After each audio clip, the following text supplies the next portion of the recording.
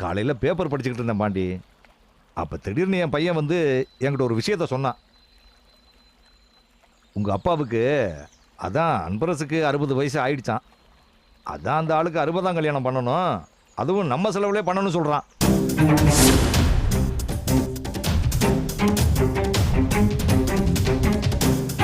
நான் அந்த விஷயத்தை கேட்டு அப்படியே ஷாக் ஆயிட்டேன். சரி குரு, அதுக்கு நீங்க என்ன சொன்னீங்க அது சொல்லுங்க.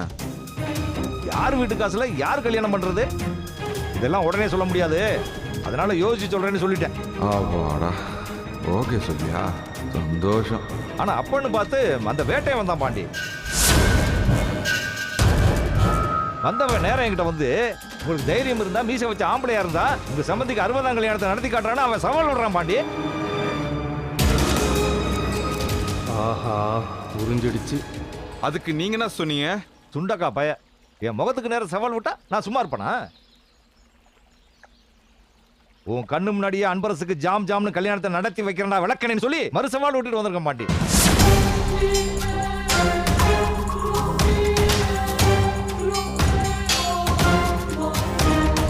என் உசுரே போனாலும் சரி இந்த கல்யாணத்தை நடத்தி காட்டுறான் பாடுறான்னு எல்லாரும் முன்னாடி சொல்லிட்டேன் பாண்டி. பாண்டி, எனக்கு உங்க எல்லாருடைய துணையும் வேணும். நம்ம எல்லாரும் சேர்ந்து கூட்டு முயற்சியா ஒண்ணு சேர்ந்து தான் இந்த கல்யாணத்தை நம்ம தலைமையில நடத்தி வைக்கிறோம். நடத்தி வச்சுட்டு அப்படியே 1 லிட்டர் பெட்ரோல் வாங்கி மேல ஊத்தி அப்படியே கொளுத்தி சாவலாம். எல்லாரும் கூட்டு முயற்சியா ஒன்னா சேர்ந்து செத்து போவோம். என்ன பாண்டி, ஏன் இப்படி பேசுற? நீங்க பண்ண காரியத்துக்கு வேற எப்படிங்க பேசுவாங்க? செஞ்சுட்டான், மொத்தமா எல்லாரையும் வச்சு அவன் செஞ்சுட்டான். பாண்டி, என்னாச்சு உனக்கு? எனக்கு ஒண்ணும் புரிய மாட்டேங்குது, தெளிவா சொல்லு. உங்க மருமகன் உங்களை போட்டு வாங்கிட்டான்றேன். தாலி கட்டின பேர் தான் சம்சாரம். இந்த பொம்பளை மாதிரி பாதியில் வந்த பேர்லாம் கூடிய சீக்கிரத்தில் அன்பரசு பெரியப்பாக்கு இந்த ஊர் அறிய உலகறிய 60ஆம் கல்யாணம் நடக்கும்னு சொல்கிறேன். கல்யாணத்தப்ப என் பெரியப்பா என் பெரியம்மா கழுத்தில் தாலி கட்டுவார். என்ன மீறி இந்த கல்யாணத்தை எப்படி நடத்துறீங்கன்னு நானும் பார்த்துடுறேன். பார்த்துலாமா? என்ன சொன்னா நீங்களா முன் வந்து இந்த கல்யாணத்தை பண்ணி வைப்பீங்கன்னு தெரிஞ்சு அதையே சொல்லி உங்களை உசி பேத்தி அவன் காரியத்தை சாதிச்சிட்டான். உங்களை முழுசா முட்டாளாயிட்டான்.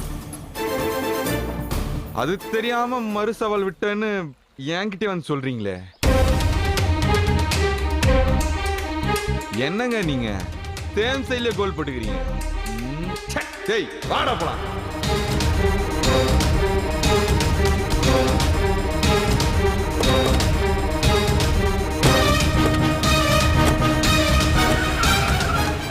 இப்படி பண்ணிட்டானே.